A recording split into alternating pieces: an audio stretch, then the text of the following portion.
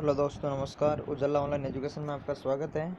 और जैसा कि हमने बात की थी कि आज रात को 9 बजे हम चर्चा करेंगे भाटी आश्रम द्वारा आयोजित आज 19 अप्रैल को बड़ा पेपर आयोजित हुआ था, उसके बारे में हम आज चर्चा करने वाले हैं। तो आइए शुरू करते हैं। प्रश्न नंबर 1 है, वैश्विक आर्थिक परिदृश्य शीर्षक से प्रकाशित रिपोर्ट इनमें से किस संगठन संस्था से संबंधित है? ठीक है, WE जो शीर्षक से प्रकाशित रिपोर्ट है वो कौन सा संगठन जारी करता है? तो इसका जो सही आंसर है वो है बी हो जाएगा, अंतर्राष्ट्रीय मुद्रा कोष है वो इसका सही आंसर हो जाएगा। ठीक है,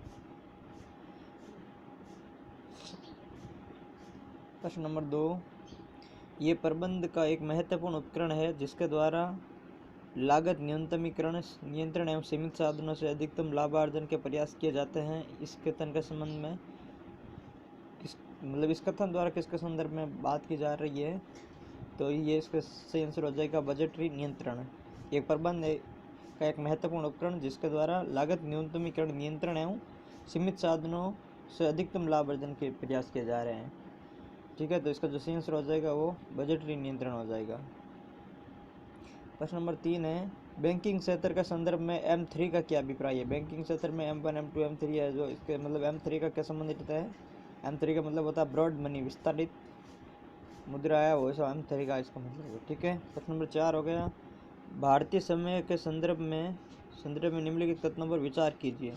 भारत में 82.5 डिग्री पूर्वी देशांतर को मानक यमोत्तर रेखा माना जाता है।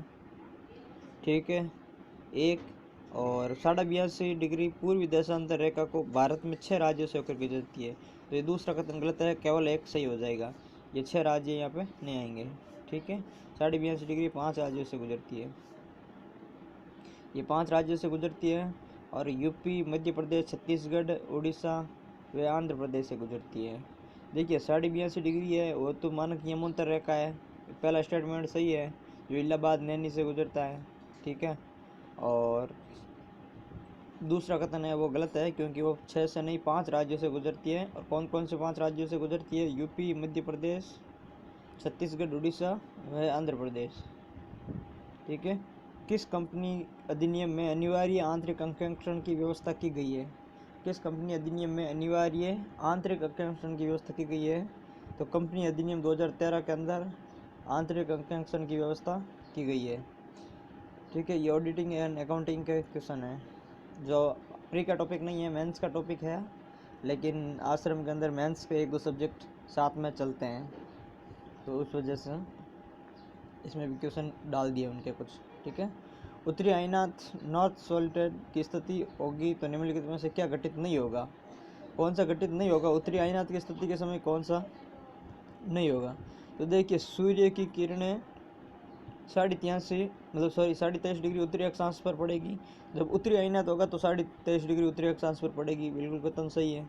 21 जून जब उत्तरी आइनाथ होगा तो 21 जून का दिन उत्तरी गोलार्ध में सबसे लंबा दिन होगा, ये भी सही है।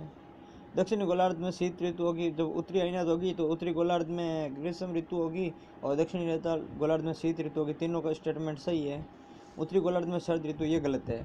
चौथा कि उत्तरी गोलार्ध में ग्रीष्म ऋतु होगी तब उत्तरी आइनाथ होगा। ठीक है, तो जो डी ऑप्शन है वो हमारा सही आंसर हो जाएगा। इसने पूछा कौन सा घटित नहीं होगा। ठीक है, प्रश्न नंबर 7 पे बात करते हैं, निम्नलिखित युग्मों पर विचार कीजिए। पनामा जल संधि उत्तरी अमेरिका को दक्षिण अमेरिका से अलग करती है। तो पनामा जल संधि है वो उत्तरी अमेरिका से दक्षिण अमेरिका को अलग करती है। ठीक है, नंबर 2 बेरिंग जल संधि है वो आर्कटिक महासागर को प्रशांत महासागर से जोड़ती है। ठीक है, सही है। पाक जल संधि है भारत को श्रीलंका से पृथक करती है। ठीक है, तो इसका जो सही आंसर हो जाएगा वो हो जाएगा 2 और 3। ठीक है, 2 और 3,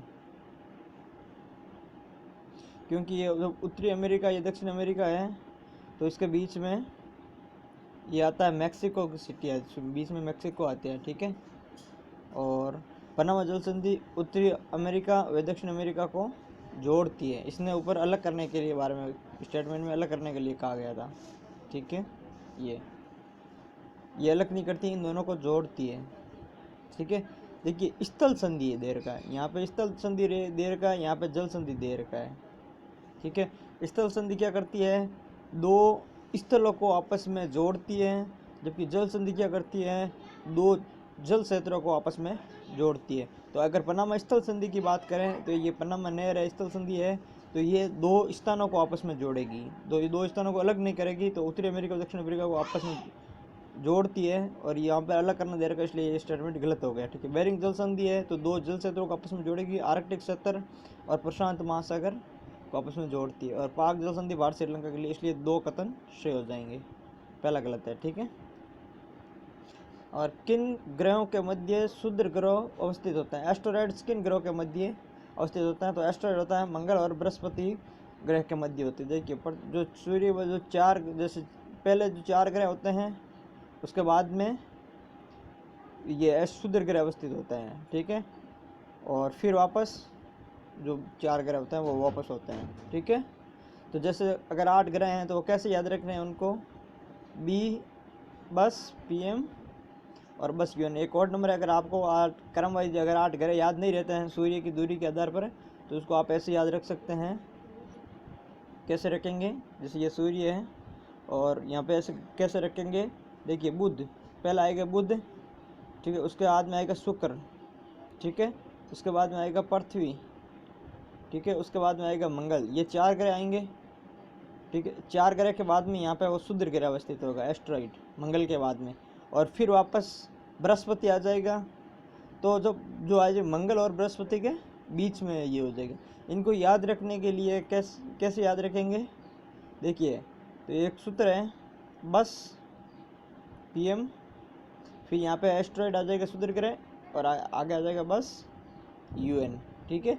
इस तरीके से आप इसको याद रख सकते हैं, बस PM बस UN। अगले 4 ग्रुप बुध शुक्र पृथ्वी मंगल, और पीछे वाले 4 ग्रह इसमें आ जाएंगे, ठीक है, यूरेनस नेपच्यून बृहस्पति शनि, ठीक है। ऐसे 4 4 और 8 याद रख सकते हैं, क्षुद्र ग्रह इन चारों के बीच में आ जाएगा। तो देखिए प्रश्न नंबर 9 है, संविधान की प्रस्तावना के संदर्भ में निम्नलिखित कथनों पर विचार कीजिए। प्रस्तावना के बारे में कथन है, देखिए पहला स्टेटमेंट है, 13 दिसंबर 1946 को संविधान सभा ने उद्देश्यता को पारित किया था। देखिए इसमें वर्ड दिया है पारित करना, तो स्टेटमेंट गलत है, ठीक है। 13 दिसंबर 1946 को जो उद्देशिका है वो प्रस्तुत की गई थी, पारित नहीं की गई थी, ठीक है।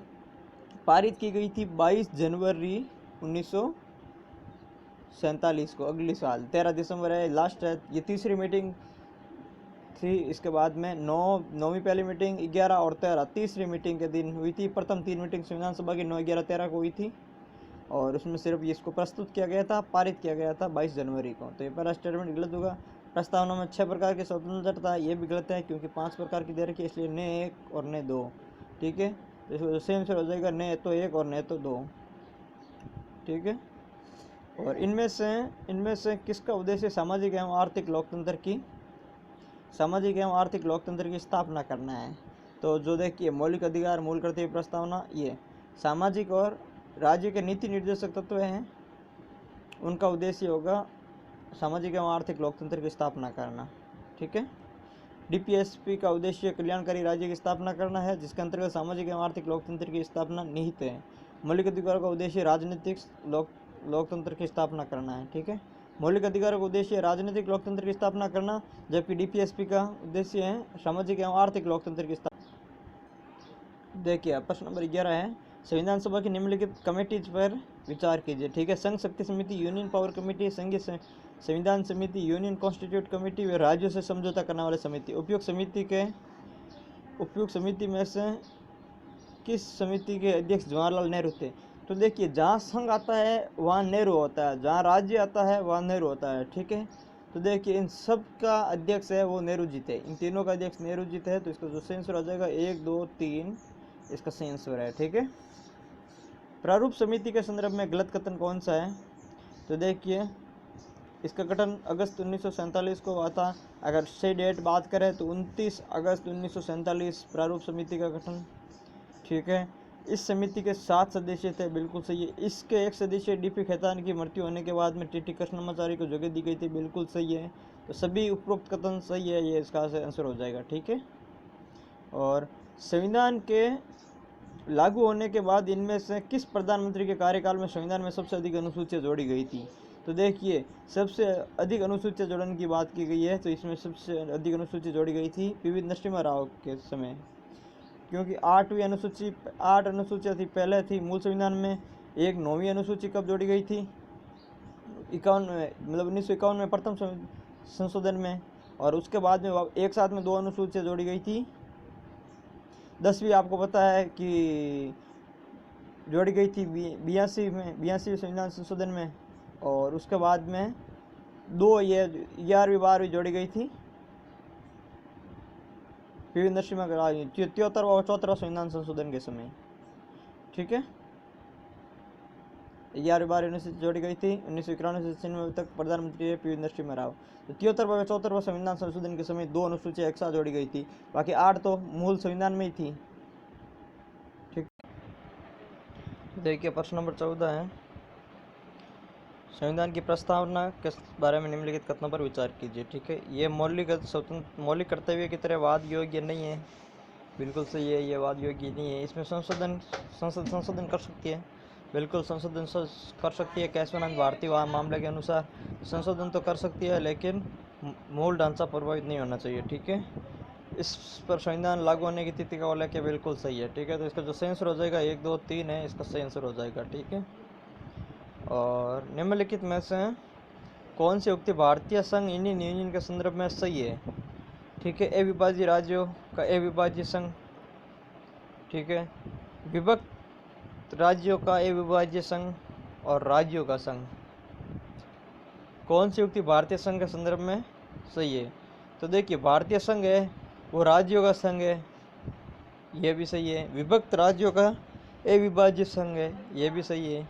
और अविभाज्य राज्यों का अविभाज्य संघ है। ठीक है, तो जो इसका सही आंसर हो जाएगा वो 2 और 3 हो जाएगा। पहला इसका नहीं होगा, 2 और 3 हो जाएगा। ये 2 जैसे विभक्त राज्यों का अविभाज्य संघ है। ठीक है, मतलब अलग अलग राज्य हैं वो आपस में विभाजित है, लेकिन संघ है वो अविभाज्य है, एक है। ठीक है, राज्यों का संघ है, दोनों कथन सही है। पहला कथन है वो सही नहीं हो जाएगा। अविभाज्य राज्यों का अविभाज्य संघ है, ये सही नहीं होगा, बाकी सब सही है। तो देखिए प्रश्न नंबर 16 है, नागरिकता सिटीजन के संदर्भ में असत्य कथन बताइए। ठीक है, जैसे संविधान के भाग 2 में नागरिकता का उपबंध है, बिल्कुल सही है। नागरिकता से संबंधित कानून बनाने का अधिकार केवल संसद को है, ये भी सही है। संसद ने नागरिकता से संबंधित कानून सर्वप्रथम 1955 में बनाया था, तीनों कथन सत्य है। भाग 2 में उल्लेख है कानून बनाने का अधिकार केवल संसद को है, और 1955 में सर्वप्रथम नागरिकता पर कानून बनाया था, बिल्कुल सही है, तीनों कथन सही है। चौथा कथन है, नागरिक संशोधन अधिनियम 2019 में भारत के 3 पड़ोसी देश पाकिस्तान, बांग्लादेश व म्यांमार को अल्पसंख्यकों को भारत की नागरिकता प्रदान की। ये इसमें ये गलत है, म्यांमार की जगह अफगानिस्तान है, म्यांमार नहीं आएगा। अब पाकिस्तान, बांग्लादेश व अफगानिस्तान के अल्पसंख्यकों को भारत की नागरिकता प्रदान करता है ये नागरिकता अधिनियम 2019। ठीक है, तो ये कथन गलत हो जाएगा। प्रश्न नंबर 17, निम्नलिखित कथनों पर विचार कीजिए। मौलिक अधिकारों में संसद संशोधन कर सकती है। मौलिक अधिकार वाद योग्य है। सभी मौलिक अधिकार भारतीय नागरिकों को प्राप्त है तथा कुछ मौलिक अधिकार विदेशी नागरिकों को प्राप्त है। देखिए तीनों कथन सत्य हैं। मौलिक अधिकार में संशोधन है, संशोधन कर सकती है केशवानंद भारती के बाद में। ठीक है, वाद योग्य है क्योंकि हाईकोर्ट और सुप्रीम कोर्ट जा सकते हैं। मौलिक अधिकार भारतीय नागरिकों को प्राप्त है और कुछ मौलिक अधिकार विदेशी नागरिकों को भी प्राप्त है, तो ये भी कथन सत्य है। ठीक है, तो इसका जो आंसर हो जाएगा 1 2 3। जैसे मौलिक अधिकार है संशोधन किया जा सकता है वाद के बाद में, वाद योग्य है, इनका उल्लंघन पर उच्चतम न्यायालय में ना ले जा सकते हैं। भारतीय संविधान नागरिकों के लिए कुछ सभी मौलिक अधिकार की व्यवस्था करता है, साथ ही विदेशी नागरिकों का कुछ मौलिक करता है, 15, 16, 19 और 29, 30 को छोड़कर। ठीक है, और अब बात करते हैं प्रश्न नंबर 18, अनुच्छेद 19 में उपबंधित स्वतंत्रता में शामिल नहीं है। ठीक है, तो देखिए कारोबार करने का अधिकार 19 में है, संघ बनाने का अधिकार भी 19 में है, शांतिपूर्वक सम्मेलन करने का भी अधिकार 19 में है। ठीक है, विदेश भ्रमण का अधिकार है वो 19 में नहीं होकर के जीवन जीने की स्वतंत्रता आर्टिकल 21 में है। ठीक है, आर्टिकल 19 में मूलतः 7 स्वतंत्रता का उल्लेख था। 44वां संविधान संशोधन 1978 द्वारा संपत्ति के अधिकार को निश्चित कर दिया गया था। अब 6 स्वतंत्रताएं शामिल है जिसमें विदेश भ्रमण का अधिकार शामिल नहीं है। ठीक है, ये अनुच्छेद 21 में है। किस संविधान संशोधन द्वारा राज्य के नीति निर्देशक तत्व में यह उपबंध किया गया कि राज्य सहकारी समितियों के स्वैच्छिक संगठन, स्वायत्त संचालन व लोकतांत्रिक नियंत्रण तथा व्यावसायिक प्रबंधन को बढ़ावा देंगे। किस संविधान संशोधन के द्वारा ये घोषित किया गया था? ठीक है, तो इसमें हो जाएगा जो सेंसर हो जाएगा पहला 97 संविधान संशोधन 2011। जो सहकारिता से संबंधित संविधान संशोधन था वो राज्य सहकारी समितियों का स्वैच्छिक गठन, स्वायत्त संचालन तथा लोकतांत्रिक नियंत्रण का व्यावसायिक प्रबंधन को बढ़ावा दे। तो जो सहकारी से संबंधित जो भी अधिनियम था वो 97 संविधान संशोधन 2011 था। ठीक है, 97 संविधान संशोधन 2011 द्वारा अनुच्छेद 43B जोड़ा गया जिसमें सहकारी समिति का प्रावधान था। ठीक है, आर्टिकल 43B। निम्नलिखित में से कौन सा भारतीय नागरिकों के लिए मौलिक कर्तव्य है? ठीक है, भारतीय नागरिकों के लिए मौलिक कर्तव्य की बात की गई है। तो देखिए, व्यक्तिगत एवं सामूहिक गतिविधियों के संदर्भ में व्यक्तिगत व सामूहिक गतिविधियों के सभी क्षेत्रों में उत्कृष्ट की ओर बढ़ने का सतत प्रयास करें। ठीक है, ऐसी प्रथाओं का त्याग करें जो स्त्रियों के सम्मान के विरुद्ध हो। वैज्ञानिक दृष्टिकोण का विकास करें। भारत की संप्रभुता, एकता और अखंडता की रक्षा करें। ठीक है, तो जो इसका जो सही आंसर हो जाएगा वो 1, 2, 3, 4 सभी हो जाएंगे, क्योंकि सभी भारत के मौलिक कर्तव्य में शामिल है।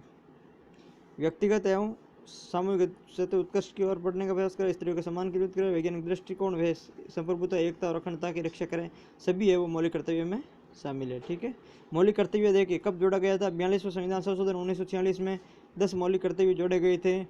किसकी समिति पर जोड़े गए थे? सरदार सरवण सिंह की समिति पर।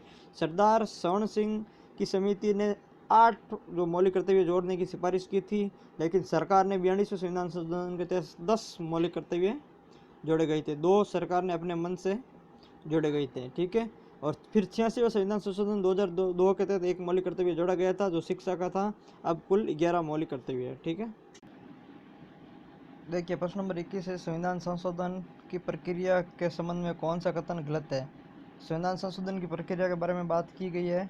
तो देखिए स्टेटमेंट में बात करते हैं। संविधान का संशोधन का आरंभ संसद के किसी भी सदन में इस प्रयोजन के लिए विधेयक प्रस्तावित किया जा सकता है। तो ये कथन एकदम सही है। संविधान जो संशोधन की प्रक्रिया में है इसका कथन सत्य होगा। देखिए हमें गलत कथन चेक करना है। ठीक है, इस हेतु विधेयक को केवल मंत्री द्वारा प्रस्तावित किया जाता है, ये इसका गलत कथन है, क्योंकि जो संविधान संशोधन है इस हेतु मंत्री या फिर जो गैर मंत्री है उसके द्वारा भी प्रस्तुत किया जा सकता है। ठीक है, और इसके लिए राष्ट्रपति की पूर्व स्वीकृति आवश्यक नहीं है। संविधान के भाग 20 में इसका उल्लेख है। तो इसका सही आंसर हो जाएगा ये केवल मंत्री वाला, ऑप्शन बी। ठीक है, देखिए संविधान संशोधन विधेयक को किसी मंत्री या गैर सरकारी सदस्य द्वारा सदन में प्रस्तुत किया जा सकता है। अभी देखिए प्रश्न नंबर 22 पे बात करते हैं। निम्नलिखित में से कौन सी संविधान की संघीय विशेषताएं हैं? देखिए संविधान की 2 तरह की विशेषता हम पढ़ते हैं, एक संघीय विशेषताएं पढ़ते हैं और एक जो संविधान की है वो एकात्मक विशेषताएं पढ़ते हैं। ठीक है, तो इसमें से कौन सी संघीय विशेषताएं हैं? तो देखिए संविधान की सर्वोच्चता है वो संघीय विशेषता है। स्वतंत्र न्यायपालिका ये भी संघीय विशेषता है। जबकि एकल नागरिकता ये एकात्मक की विशेषता है, और अखिल भारतीय सेवाएं हैं वो भी एकात्मक की विशेषताएं पे पढ़ते हैं। ठीक है, तो संघीय विशेषता 2 ही है, संविधान की सर्वोच्चता व स्वतंत्र न्यायपालिका, जबकि एकल नागरिकता व अखिल भारतीय सेवाएं हैं वो एकात्मक नागरिकता है। ठीक है, तो इसका जो सही आंसर हो जाएगा 1 व 2, केवल 1 व 2 इसका जो सही आंसर हो जाएगा। ठीक है, जैसे एक्सप्लेनेशन में दे रखा है, एकल नागरिकता व अखिल भारतीय सेवाएं संविधान की एकात्मक विशेषता है, जबकि संविधान और स्वतंत्र नागरिकता वो संघीय संविधान की विशेषता है। ठीक है, समवर्ती सूची के संबंध में कानून बनाने का अधिकार किसे है? तो समवर्ती सूची है संसद को भी है, राज्य विधानमंडल को भी है, ए और बी दोनों को है। देखिए समवर्ती सूची में 52 विषय हैं, मूलतः 47 विषय थे, वर्तमान में 52 विषय हैं। इन 52 विषय पर कानून बनाने का अधिकार संसद व राज्य विधानमंडल दोनों को है। समवर्ती सूची के तहत निर्मित कानून पर यदि सरकार संसद व राज्य विधानमंडल में टकराव होता है तो संसद का कानून प्रभावी होता है। ठीक है, विकल्पों में से कौन क्षेत्रीय परिषदों का अध्यक्ष होता है? देखिए क्षेत्रीय परिषदों का अध्यक्ष है वो गृह मंत्री होता है, राष्ट्रपति प्रधानमंत्री नहीं होता है, वो हमेशा गृह मंत्री होता है। ठीक है, संविधान राष्ट्रपति का निर्वाचन कौन करता है? देखिए तो राष्ट्रपति का निर्वाचन संसद के दोनों सदस्य करते हैं, ये शामिल होता है। राष्ट्रपति लोकसभा के एंग्लो इंडियन शामिल नहीं होते हैं। राज्य के विधानसभा सदस्य शामिल होते हैं। दिल्ली व पांडुचेरी विधानसभा निर्वाचित सदस्य ये भी शामिल होते हैं। तो संसद के दोनों सदस्य, दोनों निर्वाचित सदस्य, ठीक है, दोनों सदनों के, और लोकसभा एंग्लो इंडियन शामिल नहीं होता है, राज्य विधानसभा के शामिल होते हैं, और दिल्ली व पांडुचेरी के भी शामिल होते हैं। तो 1, 3 व 4 इसका जो सही आंसर हो जाएगा, ठीक है, 1, 3, 4। प्रश्न नंबर 26 पे बात करते हैं, संसद के संयुक्त अधिवेशन की अध्यक्षता कौन करता है? तो संयुक्त अधिवेशन की अध्यक्षता लोकसभा अध्यक्ष करता है, ऑप्शन सी सही हो जाएगा, ठीक है। इनमें से कौन सी संसदीय समिति में केवल लोकसभा के सदस्य ही होते हैं? देखिए, प्राक्कलन समिति है, एस्टीमेट समिति है, उसमें सिर्फ लोकसभा के सदस्य होते हैं।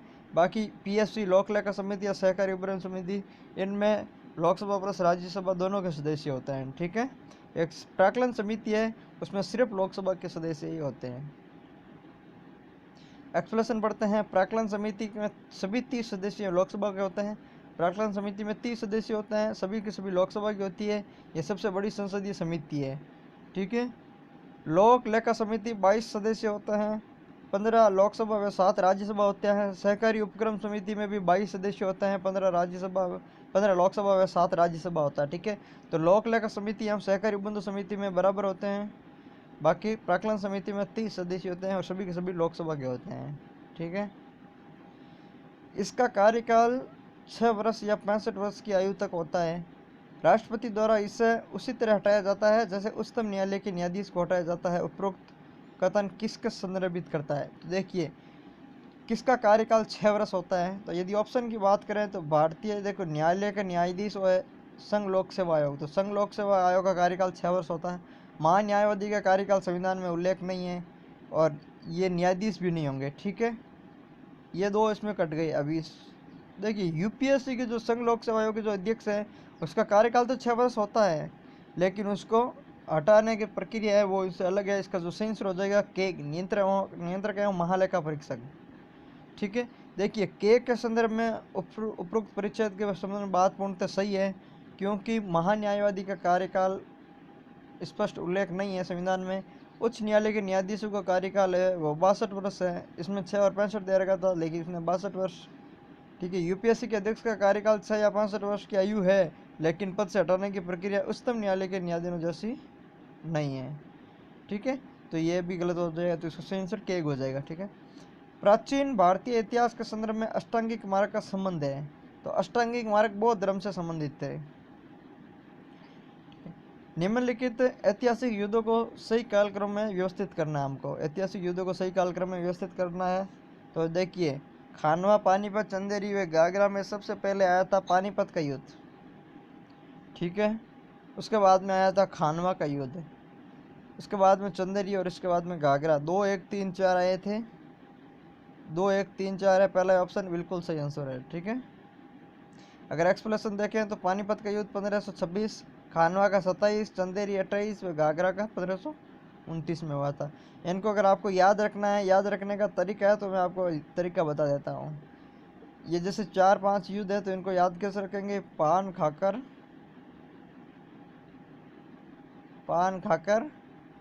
चल घर। देखिए, एक बात याद रखिए, पान खाकर घर चल नहीं होता है, पान खाकर चल घर होता है, ठीक है।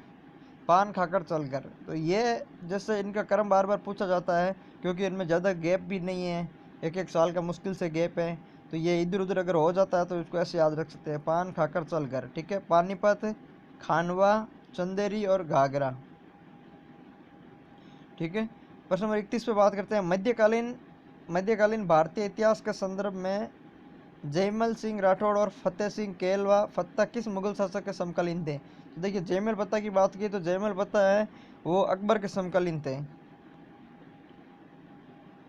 प्रश्न नंबर 32 पे बात करते हैं। निम्नलिखित युग्मों पर विचार कीजिए। नागौर का दरबार, संबंधित शासक अकबर, ठीक है।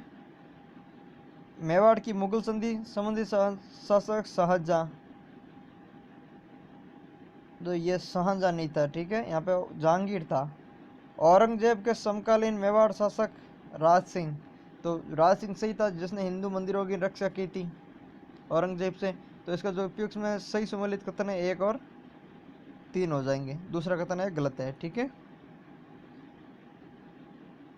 33वें में बात करते हैं 1909 के शासन अधिनियम के संदर्भ में गलत कथन बताना है। 1909 के संदर्भ में गलत कथन बताना है। तो इसमें मुसलमानों को प्रत्यक्ष निर्वाचन या प्रतिनिधि का अधिकार दिया गया था। 1909 बिल्कुल सही है, पहली बार जो है वो इसमें बात की गई थी, मुस्लिमों को प्रत्यक्ष निर्वाचन की बात 1909 में की गई थी।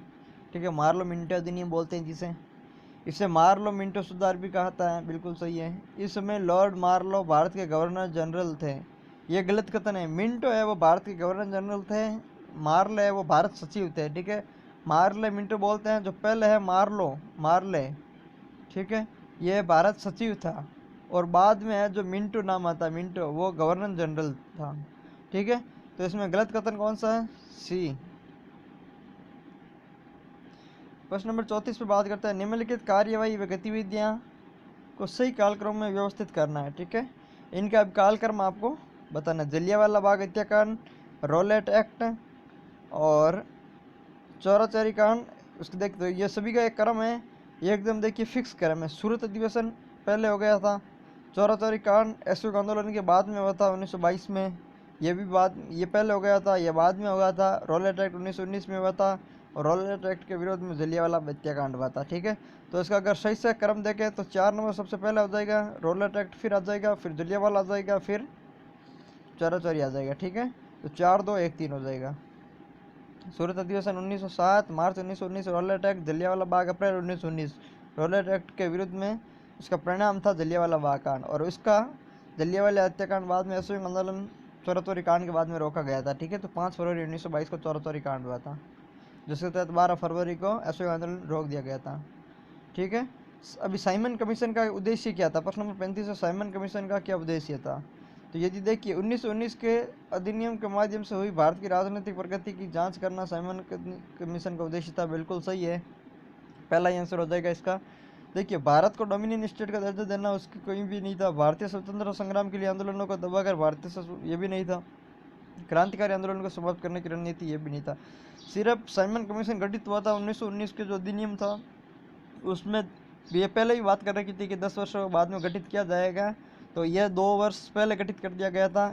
इसलिए किया गया था क्योंकि 1919 के तहत जो सुधार हुए थे भारत में, उनकी जांच करनी थी कि कितनी प्रगति हुई है इन 10 सालों में, इसलिए वो गठित किया गया था। ठीक है, भारतीय स्वतंत्रता संग्राम के संदर्भ में हुए गोलमेज सम्मेलन पर विचार कीजिए। तो देखिए, गोलमेज सम्मेलन पर अगर बात करें इससे संबंधित कथनों पर, तो भारतीय संविधान के निर्माण पर चर्चा करने के लिए कुल 3 गोलमेज सम्मेलन बुलाए गए थे, बिल्कुल सही है। महात्मा गांधी ने दूसरे गोलमेज सम्मेलन पर व्यक्तिगत तौर पर भाग लिया था, तो महात्मा गांधी ने दूसरे गोलमेज सम्मेलन पर कांग्रेस की तरफ से भाग लिया था। इसका जो सही आंसर हो जाएगा केवल 1 हो जाएगा, क्योंकि इसमें दूसरा सही है। देखिए, दूसरा अगर एक तरफ से देखें तो महात्मा गांधी ने दूसरे गोलमेज सम्मेलन में भाग लिया था, बिल्कुल सही है, अगर इतना कथन आता तो बिल्कुल सही है, लेकिन यहाँ पर एक शब्द दे दिया व्यक्तिगत तौर पर भाग लिया, तो इसकी वजह से ये कथन गलत हो जाता है। उन्होंने कांग्रेस की तरफ से भाग लिया था, व्यक्तिगत तौर पर उन्होंने भाग नहीं लिया था। बाकी पहला कथन सही है, 3 शामिल हुए, दूसरे में महात्मा गांधी शामिल हुए थे, लेकिन वो कांग्रेस की तरफ से शामिल हुए थे, इसलिए इस प्रश्न का सही आंसर हो जाएगा केवल 1। ठीक है, सांप्रदायिक पंचायत कम्युनल अवार्ड के बारे में निम्नलिखित कथनों पर विचार कीजिए। यह गवर्नर जनरल गांधी इरविन ने जारी किया गया था। ठीक है, इसका उद्देश्य दलित वर्गों हेतु पृथक निर्वाचन पद्धति आरंभ करना था, इसके विरुद्ध पुनः समझौता हुआ था। तो देखिए, जो ये इसका जो कथन है तीनों, इसमें दूसरा और तीसरा सही होगा, क्योंकि इसका उद्देश्य दलित वर्गों को पृथक निर्वाचन आरंभ करना था, वे इसके विरुद्ध में पुनः समझौता भी हुआ था। जो पहला कथन है गवर्नर जनरल लॉर्ड इरविन ने जारी किया गया था, ये गलत है। ठीक है, तो 2 और 3 इसका सही आंसर हो जाएगा। और यह देखिए, सांप्रदायिक पंचायत है वो ब्रिटिश प्रधानमंत्री रेमजे मैकडोनाल्ड ने 1932 में जारी किया गया था, यह रेमजे मैकडोनाल्ड द्वारा जारी किया गया था। ये प्रत्येक निर्वाचन प्रणाली पर आधारित था, और इसके विरुद्ध में फिर पुनः समझौता हुआ था अम्बेडकर और।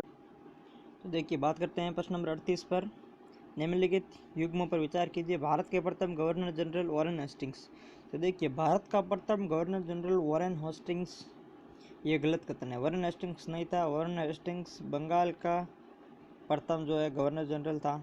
भारत का प्रथम गवर्नर जनरल 1833 एक्ट में जब गवर्नर बंगाल के गवर्नर जनरल को भारत का गवर्नर जनरल बनाया गया था, उस समय विलियम लॉर्ड बेंटिंग था। ठीक है, विलियम बेंटिंग था, तो भारत का प्रथम गवर्नर जनरल है वो विलियम बेंटिंग था, ये गलत कथन हो गया। ठीक है, भारत के अंतिम गवर्नर जनरल देखिए, भारत के अंतिम अंग्रेज गवर्नर जनरल लॉर्ड माउंटबेटन थे, और भारत के अगर अंतिम गवर्नर जनरल की बात करें तो सी राजगोपालाचारी थे।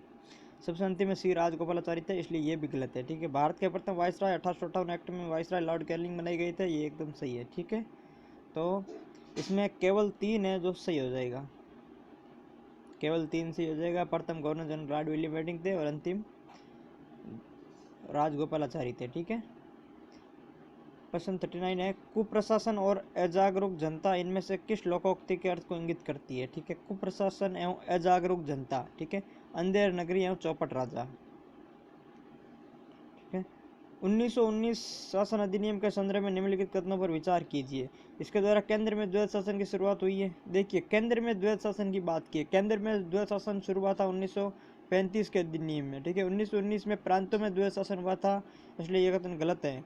इसे मॉन्टेग्यू चेम्सफोर्ड सुधार कहा जा सकता है, बिल्कुल सही है। तो इसका जो सही आंसर हो जाएगा केवल 2। हाल ही में केंद्र सरकार द्वारा वृंदावन में एक नए प्रमुख बंदरगाह पोर्ट की स्थापना के लिए सैद्धांतिक मंजूरी दी थी। ये किस राज्य में वृंदावन बंदरगाह है? तो वो महाराष्ट्र राज्य में है। ठीक है, और देखिए, वृंदावन बंदरगाह एक प्रमुख बंदरगाह है जो महाराष्ट्र में स्थित है। ये भूस्वामित्व मॉडल में विकसित किया जाएगा। कौन से मॉडल पर विकसित किया जाएगा? तो भूस्वामित्व मॉडल पर विकसित किया जाएगा। ठीक है, कभी कभार समाचारों की सुर्खियों में रहने वाले ईज ऑफ लिविंग सूचकांक निम्नलिखित में से किस मंत्रालय की पहल है? तो सूचकांक का नाम क्या है? ईज ऑफ लिविंग सूचकांक। ठीक है, तो ये आवास एवं शहरी मंत्रालयों की पहल है। ईज ऑफ लिविंग जो सूचकांक है वो आवास एवं शहरी मंत्रालय द्वारा दिया जाता है। सही आंसर हो जाएगा 1।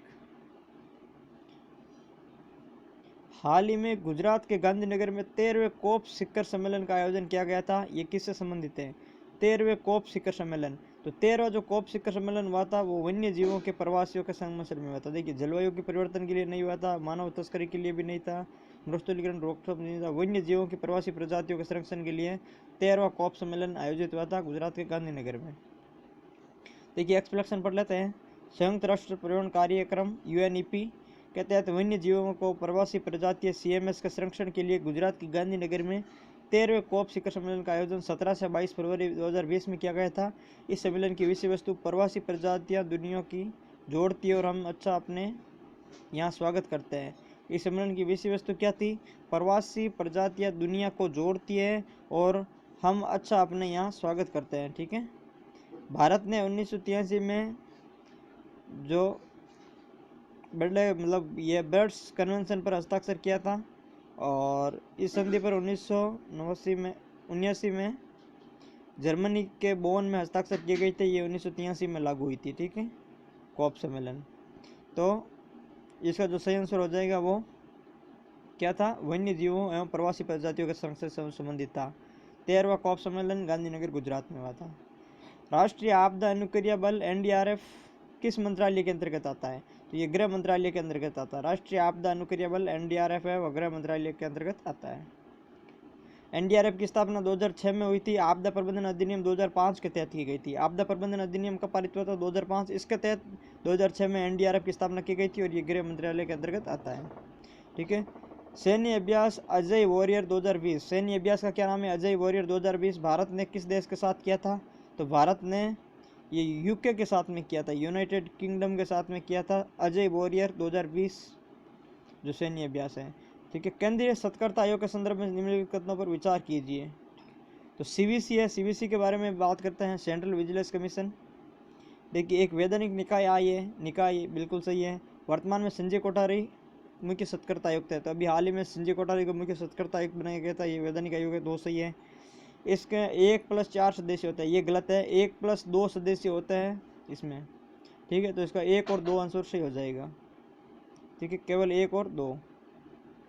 देखिए, केंद्रीय सतर्कता आयुक्त 1954 में के संतानम समिति की अनुशंसा पर, यह बार बार पूछा जाता है के संतानम समिति की सिफारिश पर किसकी स्थापना की गई थी? तो CVC की स्थापना के संतानम समिति की स्थापना अनुशंसा पर की गई थी 1954 में। 2003 में इसे वैधानिक स्थिति का दर्जा प्राप्त किया गया था।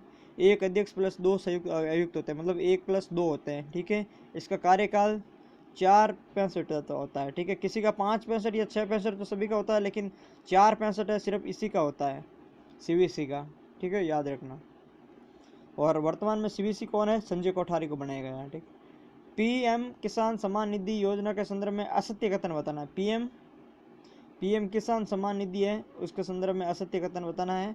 देखिए, इसका उद्देश्य किसानों की आय को बढ़ाना है, ये तो सत्य कथन है। इसके माध्यम से किसानों को वर्ष में 3 किस्तों में 6,000 रुपये, ये भी सत्य कथन है। ठीक है, 2-2 हज़ार की 3 किस्तें थी, 6,000 आर्थिक सहायता दी जाएगी पीएम किसान सम्मान निधि के द्वारा। तो इसमें ए बी दोनों सही है। ठीक है, और प्रश्न नंबर 48 पे बात करते हैं। निम्नलिखित उद्योगों में से 8 कोर उद्योग में शामिल है। 8 कोर उद्योग में कौन कौन से उद्योग शामिल है? देखिए, कोयला शामिल, बिजली, कच्चा तेल, इस्पात व रिफाइनरी सभी है, वो 8 कोर उद्योगों में शामिल है। ठीक है, तो इसका जो सही आंसर हो जाएगा, सही 1 2 3 4 5 डी, 1 2 3 4 5 है, वो 8 कोर उद्योगों में शामिल है। ठीक है, प्रश्न नंबर, देखिए प्रश्न नंबर 49 है। प्रधानमंत्री गरीब कल्याण योजना, निम्नलिखित कथनों पर विचार करना है। प्रधानमंत्री गरीब कल्याण योजना ऑपरेशन नमस्ते और ऑपरेशन वनीला, ठीक है, उपयुक्त में से किसका संबंध कोरोना वायरस के खिलाफ में लड़ाई से मदद करने में? देखिए, कोरोना वायरस से संबंधित किसका देखिए, प्रधानमंत्री गरीब कल्याण योजना ये कोरोना वायरस से संबंधित है। ऑपरेशन नमस्ते है, कोरोना वायरस से संबंधित है। वनीला है, ये नहीं होगा, तो इसमें 1 और 2 हो जाएगा। ठीक है, तो इसमें आंसर हो जाएगा 1 और 2, 1 और 2। ठीक है, हाल ही में किस राज्य में वर्चुअल पुलिस स्टेशन की शुरुआत की गई थी? तो वर्चुअल पुलिस स्टेशन की शुरुआत की गई थी ओडिशा में। ठीक है, वर्चुअल पुलिस स्टेशन की शुरुआत की गई थी ओडिशा में। ठीक है, सुर्खियों में रहे शहर पर विचार करना है। कौन सा शहर है जो सुर्खियों में रहा? देखिए, वुहान चीन का सुर्खियों में रहा है, साना यमन या फ्रैंकफर्ट जर्मनी, इनके बारे में जो सुर्खियों में रहे उन पे चर्चा करनी है। तो जो तीनों है, तो तीनों ही सुर्खियों में रहते हैं, वुहान चीन, फ्रैंकफर्ट जर्मनी व साना यमन, तीनों ही सुर्खियों में रहते हैं। इसका आंसर हो जाएगा 1 2 3। ठीक है, प्रश्न नंबर 52 पे बात करते हैं। निम्नलिखित देशों पर विचार कीजिए। मंगोलिया, अफगानिस्तान, सूडान में भारत, इनमें से कौन सा देश भू अवध अर्थात लैंड लॉक है? कौन सा देश है भू अवध या लैंड लॉक है? यदि लैंड लॉक की बात करें तो इसमें मंगोलिया भी है लैंड लॉक। ठीक है, और अफगानिस्तान भी है, सूडान भी है। देखिए, भारत लैंड लॉक नहीं है। भू अवध का मतलब होता है कि किस चारों तरफ देश हो, भूमि हो, समुद्र नहीं हो, पानी नहीं हो। ठीक है, तो मंगोलिया, अफगानिस्तान और सूडान है, वो तीनों लैंड लॉक है। जबकि भारत है वो, इसमें नीचे हिंद महासागर, बंगाल खाड़ी व अरब सागर आ जाते हैं, इसलिए ये लैंड लॉक नहीं है। ठीक है, तो इसका जो सही आंसर हो जाएगा 1 2 3। इनमें से कौन सा देश द्वीपीय देश है? आइलैंड देश है। ठीक है, आइलैंड देश कौन सा देश है? तो इसमें आइलैंड जो है साइप्रस देश है, इसकी राजधानी है निकोसिया। साइप्रस की राजधानी निकोसिया, वो आइलैंड देश है। ठीक है, बात करते हैं प्रश्न नंबर 54 पर। निम्नलिखित राजधानियों को पश्चिम से पूर्व की ओर सही क्रम में व्यवस्थित करना है। ठीक है, राजधानी है और पश्चिम से पूर्व की ओर सही क्रम में व्यवस्थित करना है। नई दिल्ली इधर आ जाती है, बैंकॉक आ जाती है इधर। ठीक है, इंडियन जकार्ता आ जाती है, और फिर नॉम पने आ जाती है। तो इसका जो सही कथन हो जाएगा वो हो जाएगा 1 2 4 3। ठीक है, दिल्ली आ जाएगी, पश्चिम से पूर्व की देखनी है तो दिल्ली आ जाएगी, फिर बैंकॉक आ जाएगी, फिर नॉम पने आ जाएगी, और फिर जकार्ता आ जाएगी। ठीक है, तो इसका जो सही आंसर हो जाएगा 1 2 4 3। 1 2 4 3 में क्या है? दिल्ली, बैंकॉक, नॉम पने और फिर जकार्ता। ठीक है, पश्चिम से पूर्व की ओर इनका सही क्रम है। यदि आप संपूर्ण भारतवर्ष की यात्रा करते हैं तो कुल कितने राज्य व केंद्र शासित से गुजरेंगे? ठीक है, तो 28 राज्य व 8 केंद्र शासित प्रदेश के बारे में बात कर रहे हैं। ये भारत में वर्तमान में 28 राज्य व 8 केंद्र शासित प्रदेश है। जम्मू कश्मीर 2 केंद्र शासित प्रदेश बन गए, जम्मू कश्मीर व लद्दाख। दमन व दीव नागर हवेली को 1 केंद्र शासित कर दिया गया है। ठीक है, तो इस वजह से 8 हो गए। इनमें से कौन सा स्थल देश भारत से संबंधित निकटतम देश है? ठीक है, तो कौन सा स्थल देश भारत के सबसे निकटतम देश है? इसने बात की है कौन सा देश भारत के सबसे निकटतम देश है? तो भारत के सबसे निकटतम देश है सुमात्रा। देश या स्थल की बात की, अगर देश भी हो सकता है, देश नहीं है तो स्थल भी हो सकता है। ठीक है, यदि इन्होंने देश की बात की तो देश ये मॉरिशस एक देश है, बाकी ये 3 इंडोनेशिया के भाग है, बोर्नियो, जावा व सुमात्रा। ठीक है, लेकिन इसने स्थल की भी बात की है, या स्थल या देश में से कौन सा सबसे निकटतम है? तो जो सुमात्रा द्वीप है वो सबसे निकटतम है। ठीक है, इनमें से किन बिंदुओं के बीच सबसे अधिक दूरी है? किन बिंदुओं के बीच सबसे अधिक दूरी है? तो देखिए, कच्छ का रण व मिसमी पहाड़ियाँ, काराकोरम श्रेणी व कुमारी अंतरिम द्वीप, तथा गिर पहाड़ियाँ व गारो पहाड़ियाँ, लद्दाख व, देखिए कच्छ का रण है गुजरात में, मिसमी पहाड़ियाँ हैं यहाँ पे असम में। ठीक है, मतलब उत्तरी पूर्वी भारत में है। काराकोरम श्रेणी ऊपर है कुमारी अंतरिक्ष द्वीप कन्याकुमारी वाला, और काराकोरम श्रेणी है वो जम्मू कश्मीर में है। तो ये सबसे दूर है ये है, इसका सही आंसर हो जाएगा बी। गिर पहाड़ियाँ गुजरात वाली, और गारो पहाड़ियाँ मेघालय वाली, और लद्दाख श्रेणी में अनामलई पहाड़ियाँ, अनामलई हो गई साउथ में, और लद्दाख पहाड़ियाँ हो गई जम्मू कश्मीर और लद्दाख में। ठीक है, तो इसका जो सही आंसर हो जाएगा काराकोरम श्रेणी व कुमारी अंतरिक्ष द्वीप। लक्षद्वीप अवस्थित है, तो लक्षद्वीप अरब सागर में अवस्थित है। भारत के कौन से राज्य बांग्लादेश एवं म्यांमार दोनों सीमा से साझा करते हैं? ठीक है, तो कौन सा राज्य है जो बांग्लादेश व म्यांमार दोनों से सीमा साझा करते हैं? तो एकमात्र त्रिपुरा राज्य है जो दोनों से सीमा साझा करता है। ठीक है, मिजोरम व ये मणिपुर है, ये दोनों से साझा नहीं करते हैं। ठीक है, भारत के कितने राज्यों से होकर कर्क रेखा गुजरती है? तो भारत के 8 राज्यों से होकर कर्क रेखा गुजरती है। अब दोस्तों ये क्वेश्चन आ गए हैं रीजनिंग के क्वेश्चन है। तो रीजनिंग के क्वेश्चन में मैं आपको आंसर बता देता हूँ, आप इसको सोल्व कर लेना। ठीक है, अगर नहीं हो तो आप कमेंट करना कौन सा क्वेश्चन सॉल्यूशन बताना है, उनका मैं सॉल्यूशन बता दूंगा आपको वापस। ठीक है, आप एक बार क्वेश्चन देख लीजिए।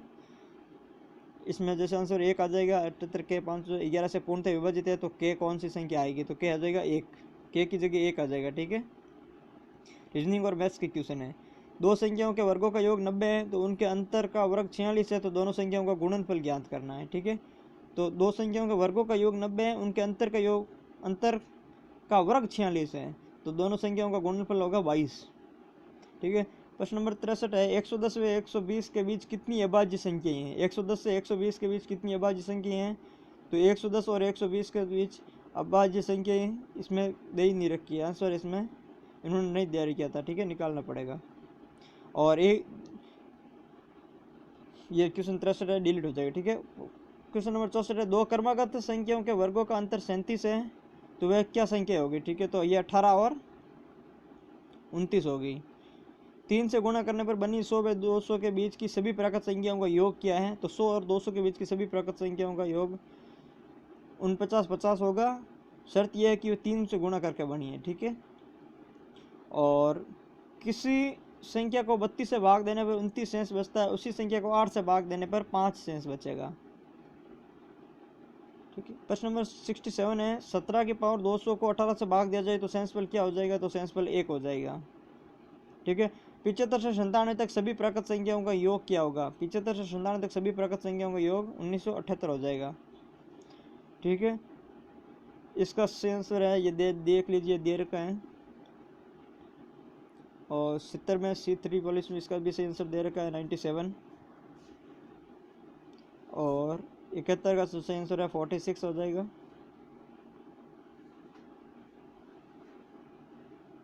सेवेंटी 72 का भी आंसर देख लीजिए, हो जाएगा। इसमें आप स्क्रीनशॉट लेकर भी सॉल्व कर सकते हैं। 73 का भी आंसर ये दे रखा है इसमें। 74 का जो आंसर है, समुद्र पानी को बादल हुए, तो इसमें सही हो जाएगा। हवाई जहाज कहाँ उड़ता है? ठीक है, तो हवाई जहाज कहाँ उड़ेगा? समुद्र में उड़ेगा, क्योंकि आकाश को समुद्र कहते हैं।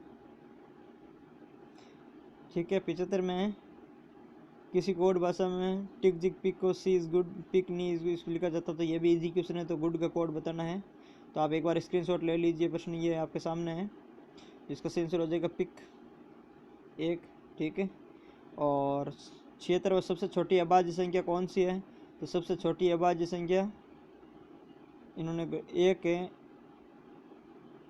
सबसे छोटी अभाज्य संख्या कौन सी है? ठीक है, तो इसमें 2 इसने सही लिखा है, ये आंसर की में मिस्टेक होगी फिर। ठीक है, 1 ना तो अभाज्य है और ना ही भाज्य है, सबसे छोटी अभाज्य संख्या 2 है, ये सही है इनके, ये आंसर इन्होंने गलत किया है, ये गलत है दे रखा है। ठीक है, और 77 में इसका आंसर 28 दे रखा है इन्होंने, और 78 में 49, और 79 है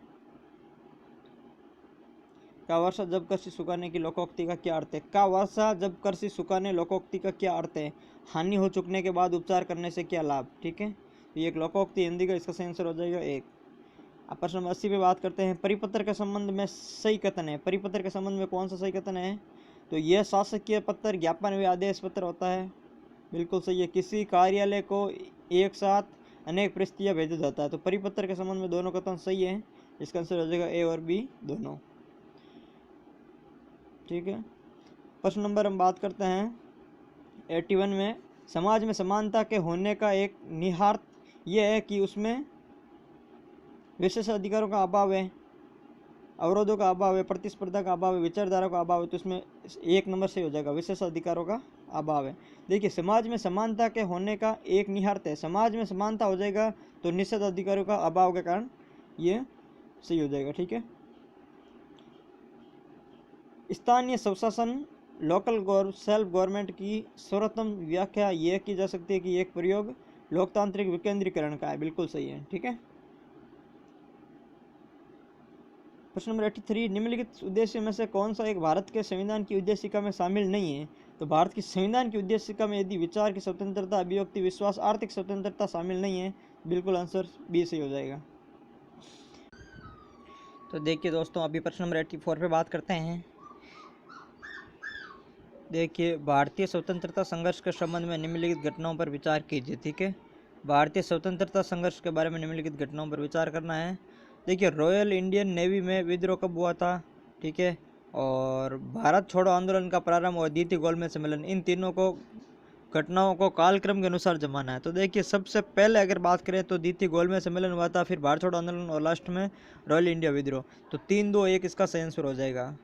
ये इजी प्रश्न था इसमें, क्योंकि काफ़ी सालों का अंतर दे दिया था इन्होंने। 1900 जैसे द्वितीय गोलमेज सम्मेलन 1931, और फिर भारत छोड़ो आंदोलन 42, और फिर इंडियन नेवी विद्रोह 45। तो इनमें काफ़ी अंतर था, तो वो इजी क्वेश्चन था। ठीक है। भारत शासन अधिनियम 1935 द्वारा स्थापित संघ में अवशिष्ट शक्तियाँ किसे दी गई थी? अवशिष्ट शक्तियाँ गवर्नर जनरल को दी गई थी। देखिए दोस्तों, मैथ्स के क्वेश्चन जो मैंने अभी ऊपर में मतलब फटाफट में करवाए थे, तो इसका देखिए, इस पेपर करवाने का उद्देश्य यह था कि इसमें मुख्यतः जो लेवल था वो जीके का लेवल चेक करना था। ठीक है। मैथ्स का लेवल है जो सभी को पता है कि आर्ट्स लेवल के और साइंस सभी लेवल के बंदे देते हैं, तो इतना हार्ड लेवल का मैथ्स का नहीं आता है, नॉर्मल लेवल आता है। तो 20 में से 15 क्वेश्चन लगभग कर सकता है अगर थोड़ा बहुत अगर कोई पढ़ता है तो इसमें महत्वपूर्ण है जो जीके महत्वपूर्ण है, इसलिए हम जीके का क्वेश्चनों पे ज़्यादा फोकस करेंगे। मैथ्स के क्वेश्चन है वो एक बार शो करके स्किप कर देंगे, ताकि आप अगर जिसको करना है वो आप देख सकते हैं क्वेश्चनों का लेवल। बाकी हमारा फोकस है वो जीके पर रहेगा। ठीक है। और अगर आप भी अगर इस लेवल देखने के बाद में आप भी अगर टेस्ट कर सकते हैं कि आपको भी अगर टेस्ट सीरीज ज्वाइन करनी है, ऑनलाइन टेस्ट सीरीज आप भी ज्वाइन कर सकते हैं, तो आप कमेंट कीजिए, मैं आपको इसका सारा प्रोसेस बता दूंगा कैसे ज्वाइन करना है। ठीक है। आप एक बार इसका लेवल देख लीजिए, आपको पता चल जाएगा इसका। ठीक है। चलिए अगले प्रश्न पे बात करते हैं। प्रश्न नंबर 86 पे, आर्थिक तौर पर 19वीं शताब्दी में भारत पर अंग्रेजी शासन का एक परिणाम था। ठीक है। आर्थिक तौर पर 19वीं शताब्दी में भारत पर अंग्रेजी शासन का एक परिणाम था।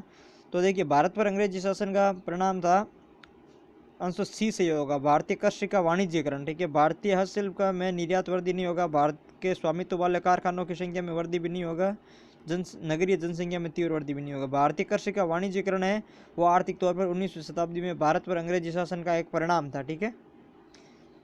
और फिर प्रश्न नंबर 87 है, आप हिमालय की यात्रा करते हैं तो इनमें से किस वृक्ष के पाए जाने की संभावना है? आप हिमालय की यात्रा करते हैं तो आप कौन कौन से वृक्ष देखते हैं, इसकी बात करनी।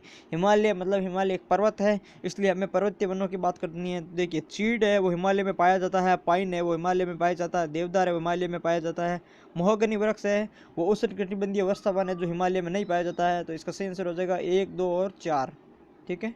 ये पर्वतीय वन है जो हिमालय में पाए जाते हैं, 1, 2, 4 इसका सही आंसर हो जाएगा। चीड़, पाइन, देवदार पर्वतीय वन है, और महोगनी उष्णकटिबंधीय वर्षा वन है। ठीक है। प्रश्न नंबर 88 पे बात करते हैं, निम्नलिखित नदियों पर विचार कीजिए। गोदावरी, महानदी, कृष्णा, कावेरी नदियां हैं। उपयुक्त नदियों का अफवाह के अनुसार उत्तर से दक्षिण क्रम में दर्शाना है। जैसा भारत के अंदर जो नदियों का बहने का क्रम है, उत्तर से दक्षिण के अंदर इसको दर्शाना है। तो देख लीजिए, यह जैसे भारत है। ठीक है। और इसके अगर जैसे नदियों की हम बात करें तो जो सबसे उत्तर में नदी बहती है वो महानदी आती है, फिर गोदावरी आती है, फिर कृष्णा आती है, और फिर अंत में कावेरी आती है। ये नदियों का ये क्रम है, वो ध्यान रखना। ठीक है। तो सबसे पहले आएगी महानदी, 2 नंबर महानदी, फिर गोदावरी 1 नंबर, फिर कृष्णा 4 नंबर, फिर कावेरी 3 नंबर। ठीक है। 2, 1, 4, 3। तो इसका सही आंसर हो जाएगा 2, 1, 4, 3। ठीक है। क्षेत्रफल की दृष्टि से भारत का सबसे बड़ा व सबसे छोटा राज्य, तो सबसे बड़ा है राजस्थान, सबसे छोटा है गोवा, आंसर सी सही हो जाएगा। ठीक है। सरकारी नियम, आदेश, नियुक्ति, अवकाश आदि से संबंधित सूचना को संबंधित व्यक्तियों या आम जनता के लिए राजपत्र में प्रकाशित किया जाता है, उसे कहते हैं, तो उसे अधिसूचना कहते हैं। ठीक है, सरकारी नियम क्या आता है, अधिसूचना होती है। भारत का छोटा नागपुर का पठार का महत्व इसलिए है क्योंकि तो ये खनिज संपदा से समृद्ध है। राजनीतिक, वर्षा कम, नदियों का जाल नहीं है, इसमें खनिज संपदा से संबंधित है, इसलिए छोटा नागपुर का पठार का महत्व है। इनमें से किन शक्तियों के बीच सालवाई की संधि, तो सालवाई की संधि वे अंग्रेजों व मराठा के बीच हुई थी। ठीक है, आंसर बी सही होगा। भारत में व्यक्तिगत नीति का क्रियान्वयन किसने किया था, तो डॉक्ट्रिन ऑफ लैप्स या व्यक्तिगत नीति दी थी लॉर्ड डलहौजी ने, आंसर सी सही हो जाएगा। ठीक है, 1848 से 56 के बीच में लॉर्ड डलहौजी ने व्यक्तिगत नीति के सिद्धांत का क्रियान्वयन किया था। ठीक है, निम्नलिखित कथनों पर विचार कीजिए। सबसे पहले हैदराबाद रियासत ने अंग्रेजों से सहायक संधि की थी, तो हैदराबाद रियासत ने अंग्रेजों से सहायक संधि सबसे पहले की थी। ठीक है, और व्यक्तिगत सिद्धांत के तहत सबसे पहले सतारा रियासत व्यक्तिगत हुई थी, तो इसमें दोनों ही कथन सत्य है, आंसर हो जाएगा 1 और 2 दोनों ही सत्य। ठीक है, 1798 में हैदराबाद रियासत ने ब्रिटिश हुकूमत से सहायक संधि की थी। 1848 में लॉर्ड डलहौजी ने व्यक्तिगत नीति के तहत सर्वप्रथम सतारा रियासत को व्यक्तिगत किया था, तो दोनों ही कथन सत्य थे। ठीक है, प्रश्न नंबर 18 पे बात करते हैं। एक तरफ विद्रोह के केंद्र है 1857 क्रांति के, एक तरफ विद्रोह का केंद्र है, एक तरफ नेता है, इसमें से कौन सा सुमेलित है वो देखना। जैसे लखनऊ है, लखनऊ में नेता कौन थे, बेगम जीनत महल, तो ये गलत है। लखनऊ में बेगम जीनत महल नहीं थी, बेगम हजरत महल थी। बिहार कुंवर आरा सिंह, बिल्कुल सही है। जगदीशपुर पटना बिहार कुंवर आरा सिंह थे। कानपुर में तात्या टोपे नहीं थे, नाना साहब थे। तात्या टोपे ग्वालियर में थे, तो इसका जो सही कथन है केवल 2 ही होंगे। ठीक है, केवल 2 इसका सही आंसर हो जाएगा। जैसे कानपुर में नाना साहब और लखनऊ में बेगम हजरत महल थी। अखिल भारतीय हरिजन संघ की स्थापना किसने की, तो 1932 में गांधी जी ने अखिल भारतीय हरिजन संघ की स्थापना की थी। यह किसका कथन है कि समस्त मानव जाति के लिए एक ईश्वर, एक जाति और एक धर्म है, तो श्री नारायण गुरु का यह कथन है। समस्त मानव जाति के लिए एक ईश्वर, एक जाति एवं एक धर्म है, एक ईश्वर, एक जाति और एक धर्म है, ये श्री नारायण गुरु का कथन है। ठीक है, निम्नलिखित कथनों पर विचार कीजिए। एक तरफ संगठन है, एक तरफ संस्थापक है। बहिष्कार हितकारिणी सभा का जो संगठन किया था महात्मा गांधी ने, यह गलत है। बहिष्कृत हितकारिणी सभा का गठन है वो भीमराव अम्बेडकर ने किया था। अखिल भारतीय अनुसूचित जाति का संगठन भी भीमराव अम्बेडकर ने किया था। बैतूल स्कूल है वो जेईडी ने किया था। ठीक है, तो पहला एक गलत है, 2 और 3 इसका सही आंसर हो जाएगा, तो सही आंसर हो जाएगा 2 और 3। ठीक है, बहिष्कृत हितकारिणी सभा का गठन 1924 में डॉक्टर भीमराव अम्बेडकर ने किया था। और 2 और 3 क्या थे, अखिल भारतीय अनुसूचित जाति महासंघ का भी भीमराव अम्बेडकर ने किया था, और बहिष्कृत हितकारिणी सभा की भी अम्बेडकर ने किया था। इन दोनों संस्थाओं का गठन अम्बेडकर ने किया गया था, जबकि बैतूल स्कूल का जेईडी ने किया गया था। 99 है ब्रह्म समाज के बारे में गलत कथन छांटना है। ठीक है, तो ब्रह्म समाज में एकेश्वरवाद का विश्वास था, बिल्कुल सही है। ब्रह्म समाज का एकेश्वरवाद में विश्वास था। इसके अनुसार परमात्मा निर्गुण एवं निराकार है, बिल्कुल सही है। इसका बाद में नाम परिवर्तित होकर ब्रह्म सभा हो गया, ये गलत कथन है। देखिए, ब्रह्म समाज के बारे में अगर सही है तो देखिए, सबसे पहले जो गठन हुआ था उसका नाम था ब्रह्म सभा, उसके बाद में इसका नाम ब्रह्म समाज हुआ था। सबसे पहले नाम था ब्रह्म सभा, बाद में ब्रह्म समाज हुआ था। और ये कह रहा है कि इसके बाद में नाम ब्रह्म समाज हो गया, तो ये उल्टा कथन है, इसलिए ये कथन गलत हो जाएगा। इसका संस्थापक राजा राममोहन राय, ये सही है। तो गलत कथन का चयन कर रहा था, आंसर हो जाएगा सी। ठीक है, अगस्त 1818 में ब्रह्म सभा का गठन किया गया था, जिसके बाद में नाम परिवर्तित कर ब्रह्म समाज किया जाने लगा। ठीक है, समाज सुधार हेतु स्थापित परमहंस मंडलियां किस क्षेत्र में क्रियाशील थी, तो देखिए परमहंस मंडलियां थी वो महाराष्ट्र में क्रियाशील थी, तो इसका सही आंसर हो जाएगा डी, महाराष्ट्र। महाराष्ट्र में 1849 में परमहंस मंडलियां स्थापित की गई थी। इसका उद्देश्य जाति प्रथा का विरोध, स्त्री शिक्षा, विधवा पुनर्विवाह की वकालत करना था। ठीक है, तो इसका आंसर हो जाएगा महाराष्ट्र। प्रश्न नंबर 101, निम्नलिखित घटनाओं पर विचार कीजिए। भारतीय रिजर्व बैंक का राष्ट्रीयकरण, 14 व्यवसायिक बैंकों का राष्ट्रीयकरण व भारतीय स्टेट बैंक का राष्ट्रीयकरण, आरबीआई का राष्ट्रीयकरण पूछा है, और एसबीआई का राष्ट्रीयकरण और 14 बैंकों का राष्ट्रीयकरण दिया। ठीक है, इनमें से सही कालक्रम के अनुसार बताना। तो देखिए, सबसे कालक्रम में सबसे पहले आएगा आरबीआई 1935 था, उसके बाद में आएगा एसबीआई 1955 था, और उसके बाद में 1969 आएगा 14 बैंकों की सभा।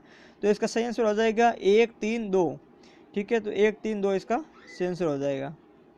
1935 आरबीआई, 1955 एसबीआई और 1969 है वो 14 बैंकों का राष्ट्रीयकरण। ठीक है, रेपो दर के संबंध में गलत कथन छांटना है।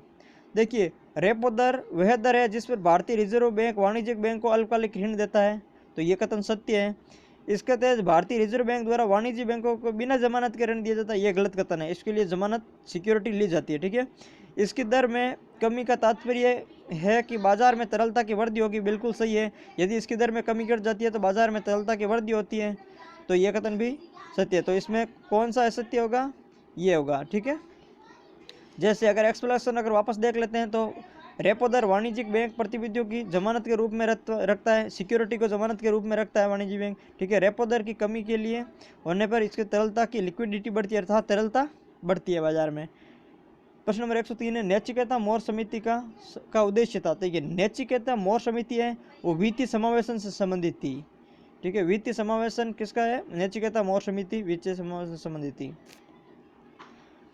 देखिए आरबीआई ने सितंबर 2013 में नैतिकता मोर समिति का गठन किया गया था, ये वित्तीय समावेशन से संबंधित थी। कब किया गया था, सितंबर 2013 में। बेसल मानक संबंधित है, बेसल मानक किससे संबंधित है, तो बेसल मानक है बैंकिंग सुधार से संबंधित है। प्रश्न नंबर 105 पे बात करते हैं, भीम ऐप के संदर्भ में निम्नलिखित कथनों पर विचार करना है। भीम ऐप के संदर्भ में देखिए, भीम ऐप अगर आप सबने डाउनलोड किया है तो इसको आंसर आराम से कर पाएगा, वो कोई हार्ड क्वेश्चन नहीं है। वित्तीय लेन देन है तो एक मोबाइल एप्लीकेशन है, बिल्कुल सही है। इसका निर्माण भारतीय राष्ट्रीय भुगतान निगम ने किया था, बिल्कुल सही है। इस ऐप का प्रयोग बिना इंटरनेट भी किया जा सकता है, ठीक है। तो इसका आंसर भी सही है, 1 2 3 तीनों सही है। कोबे ब्रायंट जिसका हाल ही में निधन हो गया था, किस खेल से संबंधित है, कोबे ब्रायंट था, हाल ही में निधन हुआ था, ये बास्केटबॉल से संबंधित था, ठीक है।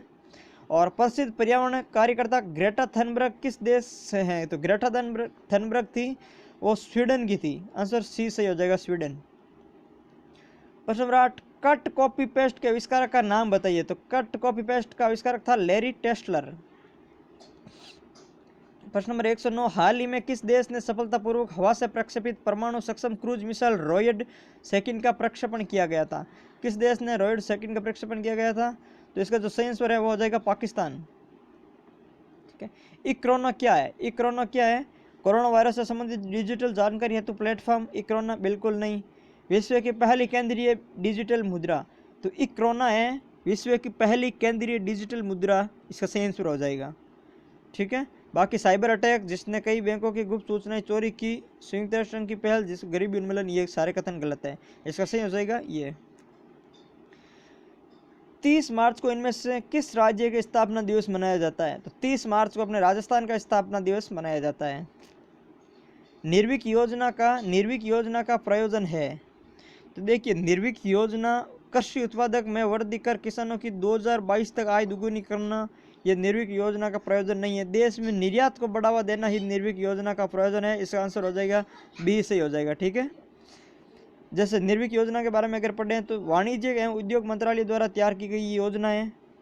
इसका क्रियान्वयन export credit guarantee corporation of India के तहत किया जाएगा।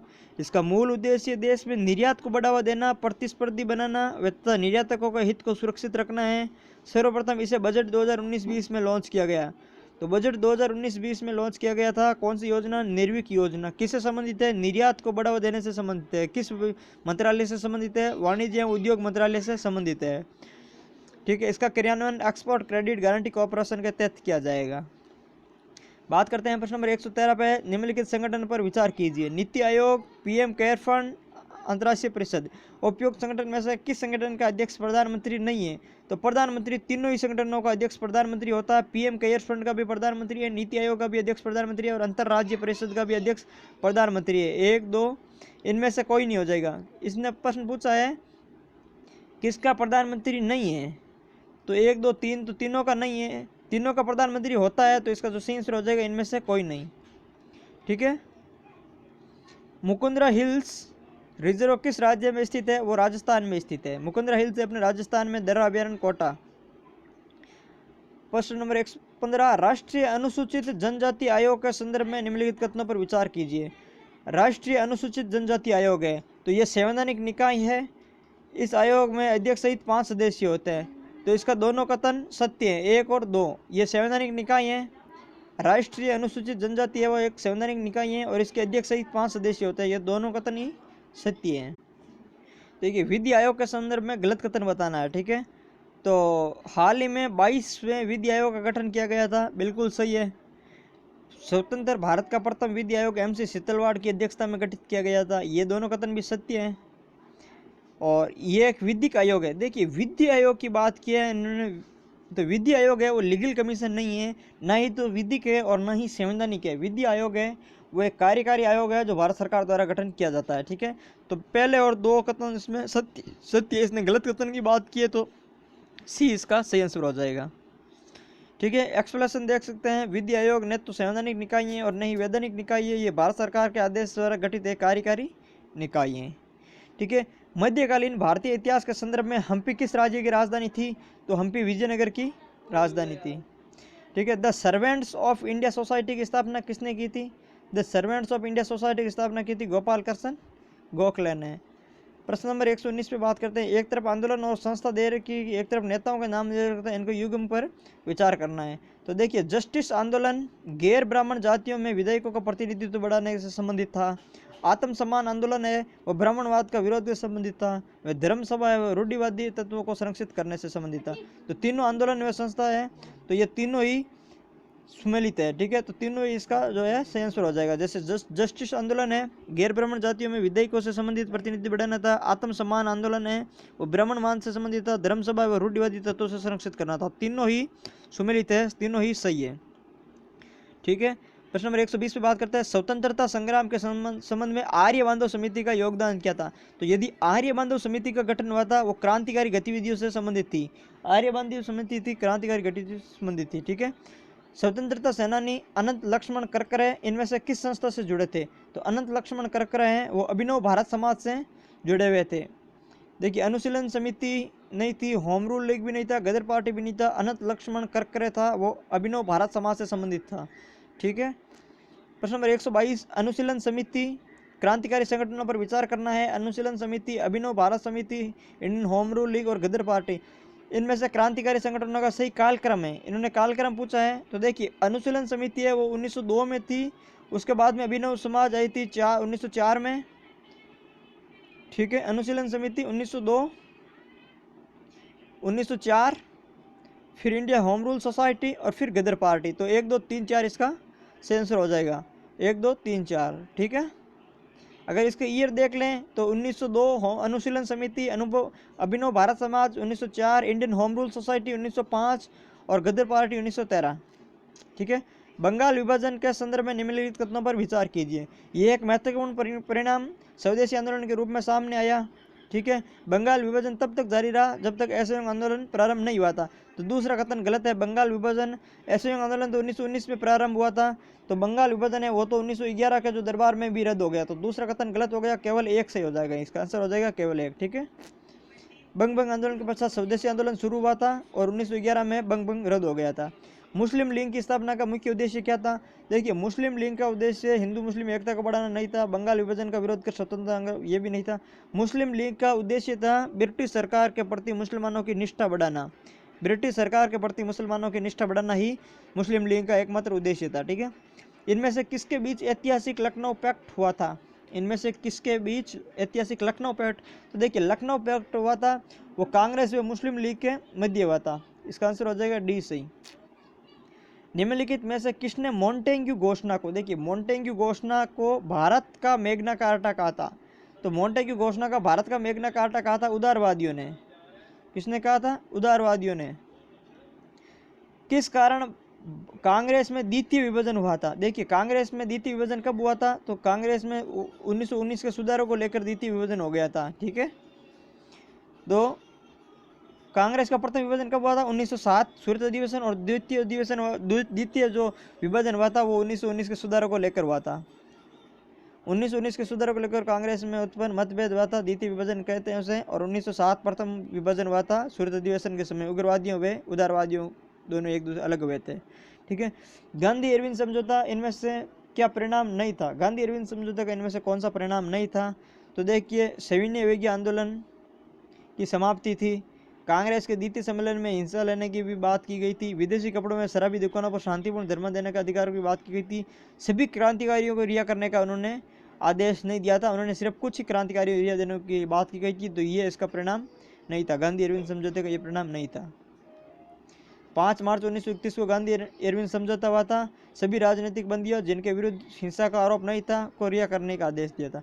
तो इन्होंने हिंसा का आरोप नहीं था उनको ही सिर्फ रिहा करने का आदेश दिया गया था। ठीक है, जिनके विरुद्ध हिंसा का आरोप था उनको रिहा करने का आदेश नहीं दिया गया था। जैसे लाहौर षड्यंत्र केस जिसमें जो राजगुरु और सुखदेव को उनको फांसी दी गई थी, अगर वो गांधी जी इस समय सभी राजनीतिक बंदियों को रिहा करने का आदेश दे देते तो उनको आज फांसी नहीं होती थी।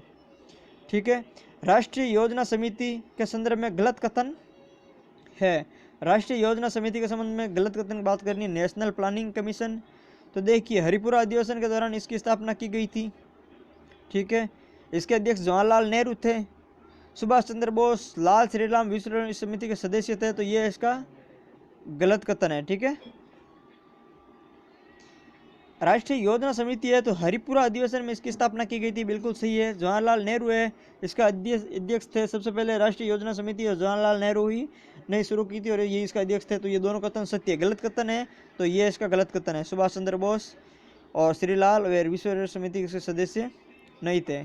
अगस्त प्रस्ताव का इनमें से क्या परिणाम था?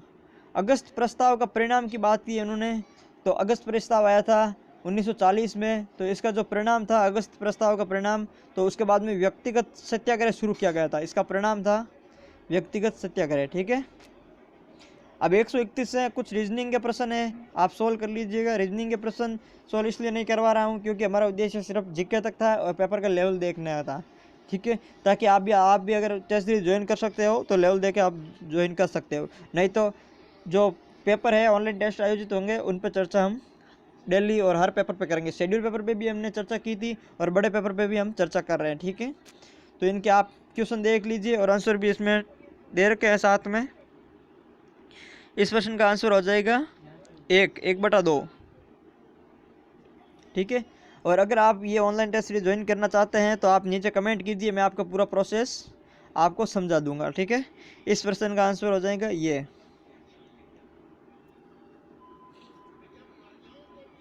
134। इसका आंसर इनमें से कोई नहीं।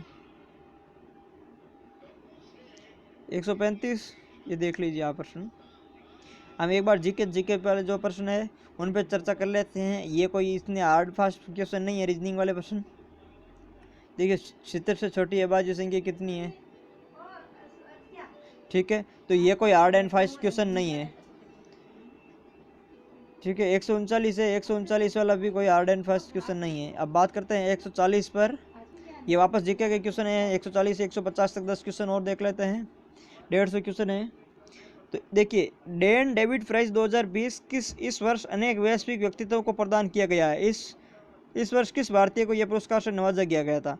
डेन डेविड प्राइज 2020 है तो ये किस भारतीय को दिया गया था? तो प्रोफेसर गीता सेन को डेन डेविड प्राइज 2020 से सम्मानित किया गया था। इसका सही आंसर हो जाएगा।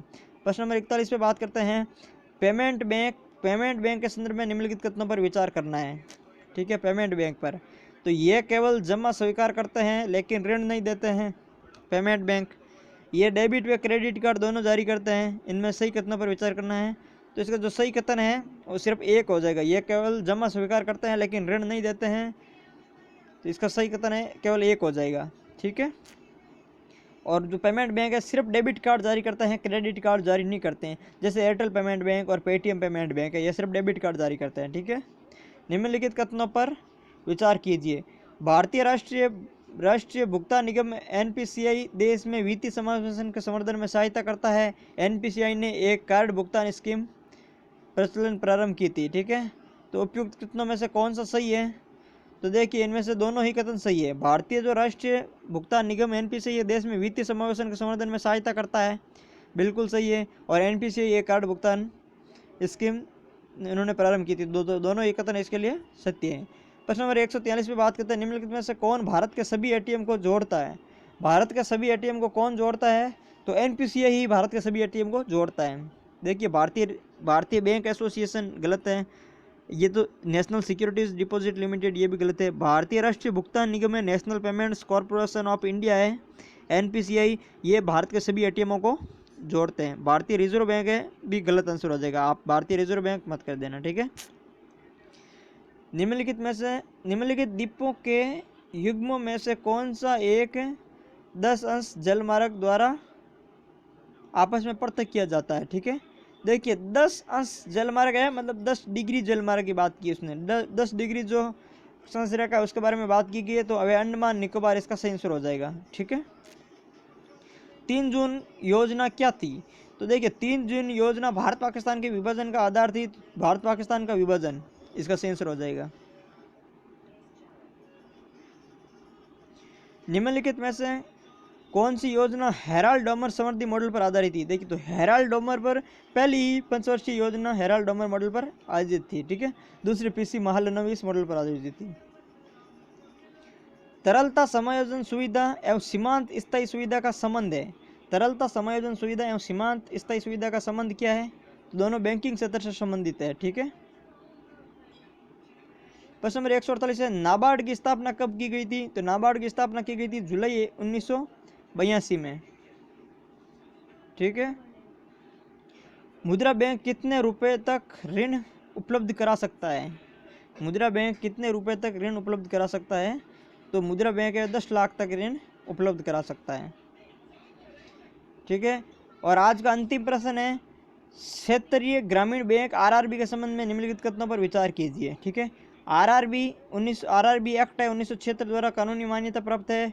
इसमें कुल ऋण दान का 75% प्राथमिक क्षेत्रों को दिया जाता है। ठीक है, तो ग्रामीण अगर बैंकों की बात करें तो इसका जो सही आंसर हो जाएगा वो दोनों ही इसका आंसर सही है। क्षेत्रीय ग्रामीण बैंक आरआरबी 1976 में एक्ट आया था। ठीक है, और कुल ऋण दान का 75% वह प्राथमिक क्षेत्रों को दिया जाता है। तो इसका दोनों ही कथन सत्य हैं। इसका आंसर हो जाएगा 1 व 2 दोनों। ठीक है, तो दोस्तों ये था आज आरएस के बड़ा पेपर के 150 क्वेश्चन थे, जिसमें हमने जीके के क्वेश्चन पर विशेषतः फोकस किया था। मैथ्स के क्वेश्चन भी हमने इसमें देखे थे, और आपको इस पेपर का लेवल का पता चल गया होगा। और उम्मीद है आपको ये वीडियो अच्छा लगा होगा, और मेरा प्रयास है वो भी आपको अच्छा लगा होगा। इसलिए आप अभी तक आपने चैनल को सब्सक्राइब नहीं किया है तो प्लीज़ आप चैनल को सब्सक्राइब कीजिए, वीडियो को लाइक ज़रूर कीजिए, और कमेंट करके बताइए कि आपको मेरा प्रयास कैसा लगा। यदि आप भी ऑनलाइन टेस्ट सीरीज ज्वाइन करना चाहते हैं तो आप मुझे कमेंट कीजिए, बताइए। मैं आपको एक वीडियो नेक्स्ट बता दूंगा, उसमें पूरा प्रोसेस समझा दूंगा। नहीं तो मैं आपको टेलीग्राम आप मेरे चैनल ज्वाइन कर लीजिए, @उजाला क्लासेज के नाम से है, या उजाला ऑनलाइन एजुकेशन के नाम से जो चैनल है टेलीग्राम आप ज्वाइन कर लीजिए। वहाँ से आप मुझे मैसेज करके आप मुझे पूछ सकते हैं, पूरा प्रोसेस ज्वाइन कर सकते हैं। पूरा प्रोसेस मैं आपको उसमें बता दूंगा, और आप ऑनलाइन टेस्ट सीरीज ज्वाइन कर सकते हैं। ठीक है, धन्यवाद दोस्तों, मिलते हैं नेक्स्ट शेड्यूल पेपर लेकर।